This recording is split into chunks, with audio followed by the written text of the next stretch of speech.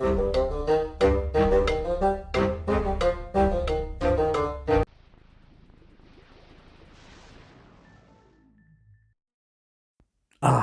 sound of true nostalgia. Hello and welcome to the Critically Curious. I'm Monk, and today, yes, we're going to be talking about Star Wars Knights of the Old Republic. Now, you can call me a fanboy if you want, but this has to be one of my all-time favorite games. It's just an amazing choice-based RPG, and I'm jumping back into it in 2024. Now, yes, I do plan on doing a full kind of breakdown review, as in playing this in 2024, how it plays, how it handles, and would I recommend it to you. But this video is more about, how are we gonna get through it? So let me tell you a little bit of something. I have played this game many times. Like I said, it is one of my favorite games of all time. Number two, probably beating this one, to be fair. But I have always played this game as a Sith. Now, this is one of the first games, I believe, that ever gave you real player agency, as in you get to choose what you do, when you want to do it, how you handle the missions. There is a true light side and dark side. You can become a Jedi or a Sith in this game, and every single time I play it, I can't help being a Sith. I don't know what it is about this game. I just love the bad choices, the bad options, and what that comes with. It's honestly just an amazing game that gives you real free player choice. And there are so few of those games.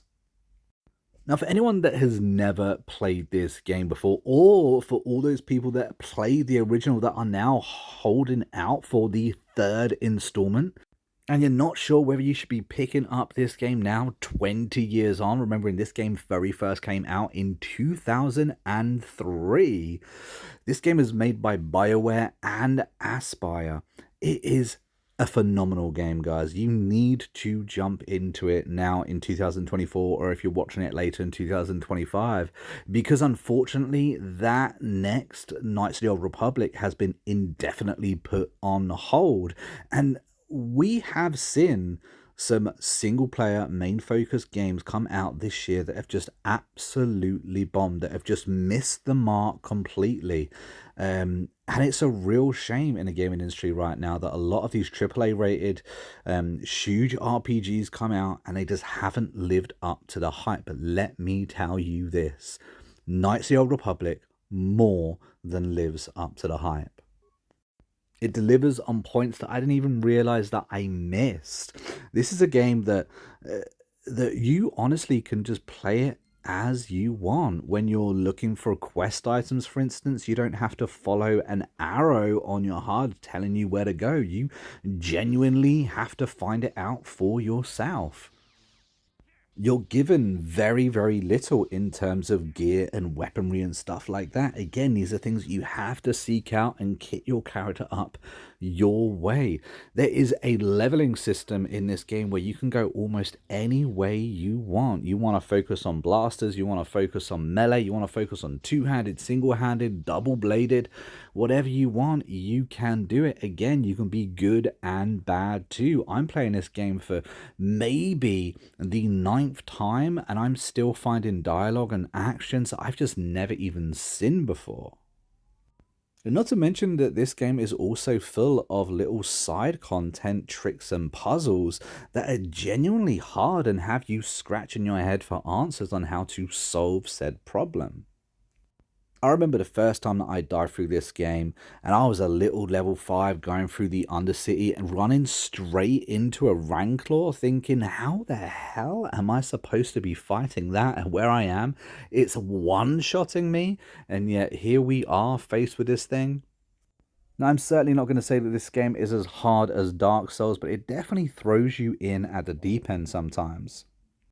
Now, admittedly, this game is going to be very difficult for some players to get used to, especially when it comes to the combat. It has almost a turn-based feature where you can literally pause the game, choose what you want to do, and let it play out. But gaming back then was different. And in many cases, this game had to come at its viewers for the first time ever with a lot of brand new features.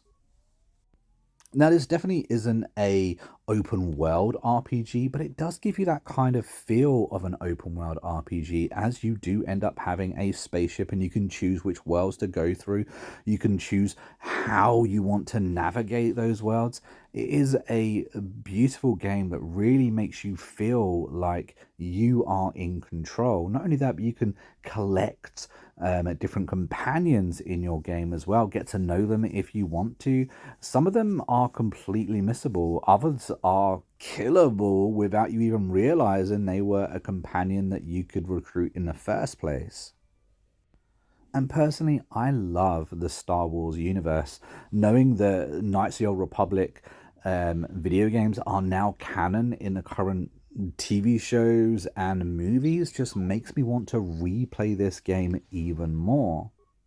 But whether you're a Star Wars fan or not a Star Wars fan, if you're a fan of story driven, narrative driven RPGs, then Knights of the Old Republic more than has you covered, as it delivers again and again and again with its story. And of course, everything within this story is deep seated in the lore of the Star Wars universe.